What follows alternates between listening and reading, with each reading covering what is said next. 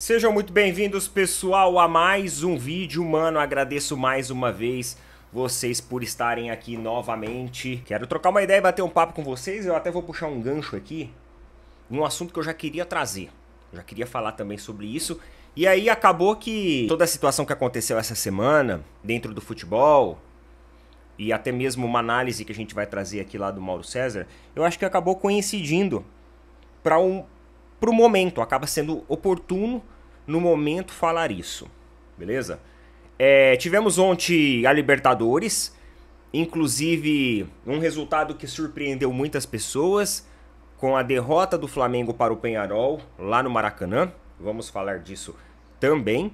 Então você já pode colocar aí o seu comentário e a sua opinião. Antes de mais nada, pessoal, já vou pedir para vocês o apoio aí aos nossos amigos aqui da Tribo da Sorte. Tribo da Sorte não é uma casa de aposta esportiva, Tribo da Sorte é uma plataforma dos bolões dos jogos eletrônicos e oficiais da Caixa Econômica Federal. Tudo regulamentado, tudo regularizado, tudo certinho. Você pode acessar lá, estou colocando um link fixado aí, tem o QR Code aqui também que você pode utilizar, são os nossos parceiros aqui, e lá eles têm uma inteligência artificial que vai melhorar a sua probabilidade de ganhos. Lembrando, o pessoal às vezes me pergunta lá no Instagram: ô Neto, a Tribo da Sorte é só pra Mega Sena? Não, galera. Loto Fácil, Lotomania, tem a Mega Sena também. Enfim, todos os sorteios que você tem nas lotéricas, todos os produtos lá das lotéricas, eles estão disponíveis lá na Tribo da Sorte com bolões. E todos esses bolões têm também o recurso da inteligência artificial. Então você pode utilizar o nosso cupom especial, entre em contato com eles lá, pede o cupom aqui do Opina Porco e eu tenho certeza que você vai gostar bastante dessa plataforma que, tem muita novidade, muita tecnologia e está super intuitiva. Tribo da Sorte, galera, a Mega Sena tá voltando a acumular de novo, hein? Tamo junto. Nessa rodada do Campeonato Brasileiro do fim de semana, a gente vê que, embora o John Textor ele tenha uma confiança dentro da equipe do Botafogo, ele também tem um receio. Isso porque o próprio já falou em algumas entrevistas em relação ao que aconteceu, que os caras não podem agora abaixar a guarda. E aí, mano, o Botafogo decidiu que por enquanto vai manter força máxima nas duas competições. Ou seja, o Arthur Jorge, que é o técnico hoje do Botafogo, ele não vai abrir mão de elenco titular em detrimento a Libertadores ou vice-versa. Ele vai com o time que tem que ir, com a força máxima nas duas competições. E assim, isso reflete um pouco, sim, do receio que os botafoguenses têm em relação a perder algumas das competições, visto que está indo com um empate para jogar lá no Morumbi, tem ali no Palmeiras e em alguns outros ali, né, naquele primeiro G4, a sua ameaça em relação ao Campeonato Brasileiro. E eu vou falar uma coisa pra vocês. Isso é uma atitude muito corajosa. Muito corajosa. Nos últimos anos, criou-se essa impressão, essa ideia de que jogador de futebol tem que descansar, não tem que jogar. E eu venho de uma época, de uma geração que não tinha muito essa ideia, não. Jogador de futebol tinha que jogar, pronto, e acabou. Na verdade, lá na década de 90, no início dos anos 2000, os direitos dos jogadores era só de jogar futebol. Hoje em dia não, né? Hoje em dia tem um punhado de coisa, de empresário, de contrato e tudo mais. Coisas que às vezes acabam até estragando um pouco o nosso futebol. Mas o movimento que o Botafogo faz é um movimento que o Palmeiras não fez. Lamentavelmente o Palmeiras não fez. O próprio Flamengo também não fez esse ano. Porque essas equipes, embora elas dividiram esse protagonismo nos últimos anos, criou-se essa ideia de que tem que poupar em todo jogo, que o jogador tá cansado. O calendário. E agora o Botafogo, eles fazem o inverso. Eles fazem o inverso porque eles se sentem ameaçados. Só que eles estão errados. O técnico lá, o Arthur Jorge, do Botafogo, ele tá errado em falar assim: a gente vai com força máxima pra tudo. Não está errado. Não está errado. Ele tá certo. Ele tá certo. O Palmeiras poupou. Acabou eliminado das duas Copas. O Flamengo encontra uma instabilidade tática, técnica, emocional absurdo. É um time que na hora que você vai engrenar, nossa, jogou bem hoje. A torcida começa a se empolgar, né? A torcida começa a entender que tem um equilíbrio. E de repente faz uma atuação como fez ontem. A atitude do Botafogo é uma atitude corajosa. E aí você fala assim, mas eles estão com receio, né? Eles estão com medo, mas não importa. Não importa. Porque a coragem não significa que você não tem medo. Às vezes você tem medo, às vezes você quer fazer um investimento, às vezes você quer tentar uma nova profissão, mas você tem medo. Só que aí você tem a coragem de fazer mesmo com o medo. Então uma coisa ela não anula a outra. Você pode ter concomitantemente as duas coisas. Eu tava vendo aqui hoje, né, no site lá do Fogão.net, que o Arthur Jorge já definiu que é força máxima nas duas competições. E é isso. E talvez esse seja o ponto de maior inovação do Botafogo. Num futebol onde hoje, tá cansado, vamos poupar. O Jorge Jesus, por exemplo, não concorda com essa ideia de poupar. Ele nunca concordou com isso. Ele já falou em entrevistas que é besteira. Que não existe. Puxando um pouquinho do jogo de ontem, embora eu tava um pouco atarefado aqui em casa, eu consegui ainda deixar o jogo rolando aqui, tocando aqui, assistir um pouco dele. A atuação do Flamengo foi uma atuação muito abaixo, né? Uma equipe que quando você olha a folha, ela é muito boa. Eu vou falar uma coisa pra vocês. O Palmeiras perdeu as Copas por causa da teimosia do Abel. E o Flamengo corre o risco de desclassificar da Copa Libertadores por causa da teimosia também do Tite, do seu técnico. Eu não sei o que acontece.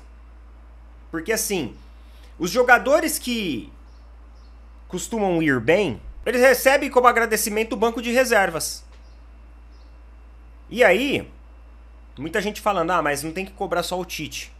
Tem que cobrar os jogadores, tem que cobrar a diretoria. Eu vi alguns youtubers aí, flamenguistas, falando sobre isso. Mas, cara, quando você olha a escalação do time, você vê o Léo Ortiz, que é um jogador que tem saída de bola, que é um jogador que tem contenção, que é um jogador que às vezes precisa, tem bom cabeceio. Quando você vê o cara numa noite de Libertadores, no banco de reservas, sendo que em todas as partidas que ele entrou até agora, ele trouxe solidez, ele trouxe resultado, ele melhorou espaço de transição, ele melhorou recomposição de bola, aí você começa a duvidar da capacidade do técnico enxergar realmente ali as próprias limitações táticas da equipe, porque não faz sentido. Você não quer pegar o técnico para Cristo. A culpa é do técnico. Não, todo mundo tem responsabilidade quando ganha e quando vence. Quando ganha e quando perde. Só que você acaba sendo direcionado a fazer isso quando você vê substituições tão bizarras. Quando você vê um time pouco criativo. Quando você vê um time nada vertical. Quando você vê um time simplesmente apático e estruturalmente, taticamente, desorganizado. O Flamengo era um time mais organizado, e pelo próprio Tite, tá? Era mais organizado e pelo próprio Tite quando tava lá na Copa América. Lembra daquela que os jogadores tiveram, que o Flamengo ficou desfalcado? Cara, eu acho que foi as melhores atuações que o Flamengo teve nessa temporada foram durante aquela época. E como isso? Sendo que, na verdade, alguns jogadores retornaram. Tudo bem, tem os desfalques, mas, porra, você tem Gerson, você tem Arrascaeta, você tem De La Cruz, você tem Léo Ortiz. Um time desse, na minha opinião, a responsabilidade, a carga de responsabilidade, ela acaba sendo maior e corretamente maior em cima do Tite mesmo. Porque é ele que escolheu fazer substituições bizarras. Porque é ele que escolheu entrar com um time que já não era o melhor time, o time mais pronto. E eu vou colocar para vocês aí um trecho do Mauro César. E ele faz essa observação e ele faz até um paralelo, né? Ele traça ali um paralelo com a situação do Dudu no Palmeiras. E é algo que eu já queria fazer aqui no canal, mano. Já era um gapzinho que eu queria trazer de discussão. E eu vou até aproveitar o momento, tá? Vou até aproveitar o momento. Muita gente falando fora Tite. E eu, pelo menos, compreendo 100%. Nós vivemos isso há 2 semanas atrás em 2 competições, praticamente simultaneamente. Não que eu acho que o fora Abel resolveria, porque ainda assim eu acho o Abel um técnico muito mais preparado para a gestão de grupo. Taticamente eu não sei. Taticamente eu não sei. O Abel cometeu os mesmos erros que o Tite nas Copas. O Abel cometeu os mesmos erros, mas para gestão de grupo, gestão motivacional, gestão de pessoas, eu ainda acho que o Abel pode se abdicar das teimosias dele e fazer o Palmeiras ainda campeão esse ano. Lembrando que pro Flamengo também não tá nada perdido, pessoal. Pode converter o resultado no próximo jogo, tem a Copa do Brasil, o Flamengo ainda tá vivo.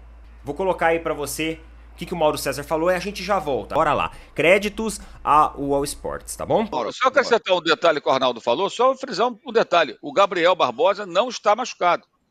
Exato. Ele não está machucado. Ele não foi relacionado para o jogo por opção do Flamengo. Ele tem uma fibrose. Aí a nota dizia que ele seria preservado para jogos importantes. Ontem foi o quê? Um amistoso, casado, solteiro? Foi o quê? Exato. Porra, Exatamente. ontem foi o jogo mais importante do ano. Mais importante do que esse de ontem, só o de quinta que vem. Para eles tentarem o milagre de Montevidéu. Né? Ele não foi relacionado. Está muito claro que ele está sendo encostado. É parecido com o Dudu. É parecido. Rescinde o contrato. Não pode. Você tem que pagar o salário do cara até o final. Ele não tem como rescindir assim na marra. Então você vai tirando o cara de cena, Né? E imagino a insatisfação dele domingo, quando ele entrou em campo contra o Vasco, exatos 20 minutos depois do Carlinhos.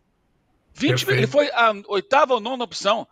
Você contar, Cebolinha, os machucados, né, que estão à frente dele na fila. Cebolinha, Luiz Araújo, Michael, Pedro. Isso aí são 4. Aí jogaram Plata, entrou Arrascaeta no lugar do contundido Luiz Araújo, entrou Carlinhos. Ele é o 8º, 9º.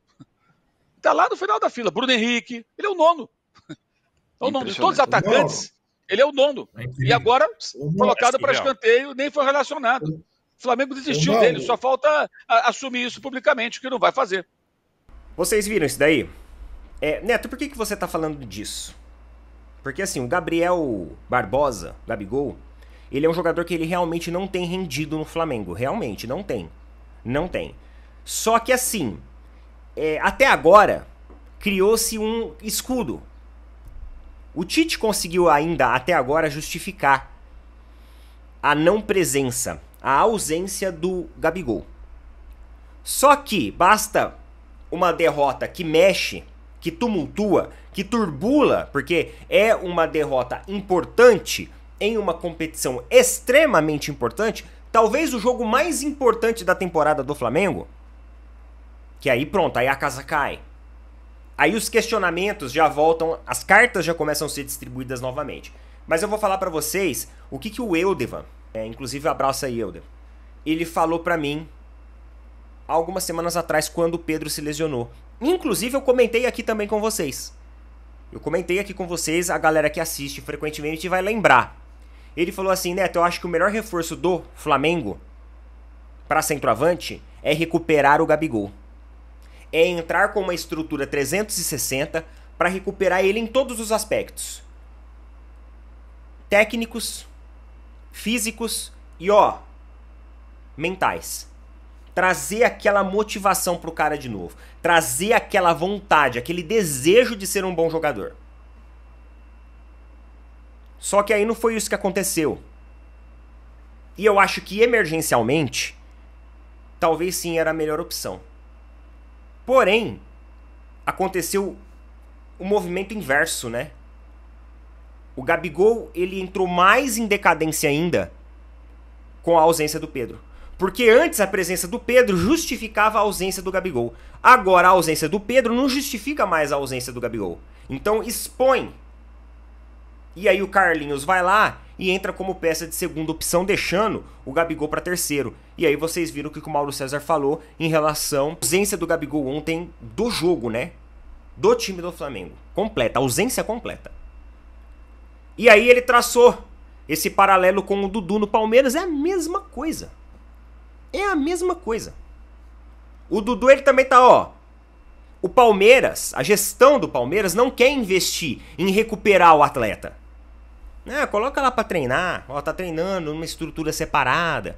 Mas o que é treinar numa estrutura separada? Aí você fala assim, mas Neto, você falou que o Gabigol não tá mais rendendo. Eu falei, gente, eu falei. Só que eu não posso deixar também outros pontos de vista. Eu tenho que expor tudo aqui. Eu tenho minha opinião, mas eu tenho que expor tudo aqui pra gente criar a discussão. Qual que é o problema? O Gabigol, ele tá sem ritmo porque ele não tem continuidade de jogo? Ou ele tá sem continuidade de jogo porque ele não tem ritmo? A mesma pergunta eu coloco pro Dudu. O que acontece com o Dudu? Ele tá sem ritmo porque ele não tem continuidade de jogo? Ou ele não tem continuidade de jogo porque ele tá sem ritmo? Sabe qual que é a resposta? Você só vai conseguir recuperar jogadores se você der continuidade de jogo. O Gabigol não tem continuidade de jogo no Flamengo. Dudu não tem continuidade de jogo no Palmeiras, porque claramente ambas as gestões já tomaram a decisão, já bateram o martelo que os atletas, ó, tchau. E aí eu realmente acho que com a lesão do Pedro, o Gabigol seria uma opção emergencial, mas para isso precisaria ter vontade. Mas é vontade da gestão, né? Da gestão técnica, do clube. O jogador tem vontade? O Gabigol tá motivado no Flamengo? Dudu tá motivado no Palmeiras? Talvez no momento não. Mas e aí? É criar a estrutura e o alicerce para que isso se construa. Só que no momento nenhuma das duas equipes querem isso. Por quê? Porque o enredo é conivente com a situação. O Flamengo não quer mais o Gabigol no Flamengo. O Palmeiras não quer mais o Dudu no Palmeiras. Vocês entenderam? É o enredo perfeito para justificar a saída e a ausência de dois atletas que representam muito para sua torcida. E aí, por isso que eu coloco essa opinião aqui. Porque a minha opinião, galera, não adianta. A minha opinião não vai nortear as decisões do clube, não vai mudar a situação do Gabigol e do Dudu. Vocês entenderam onde eu tô querendo chegar agora com a discussão? Nem esses jogadores sendo um dos últimos recursos de ambas as equipes, essas equipes mostram o desejo de que esses jogadores estejam lá. E esses jogadores vão querer estar lá? Os jogadores, eles se sentem motivados vendo tudo isso acontecer? Você acha que os caras são idiotas? Você acha que os caras não percebem? É lógico que percebe. Só que enquanto ganha, não tem problema. Só que aí quando aparece a derrota, ó, ela bate na porta, o problema ele começa a aparecer. O Gabigol não é um problema pro Tite enquanto o Tite estava ganhando. Mas agora começa a se tornar. E se desclassificar, vai se tornar mais ainda. Se passar, dá uma abafada de novo. E é assim que funciona o futebol. Galera, é isso daí. O vídeo acho que já ficou até longo já. Coloca nas opiniões. Desejo boa sexta pra todo mundo. A gente volta aqui com outras repercussões. Tamo junto. Valeu, falou.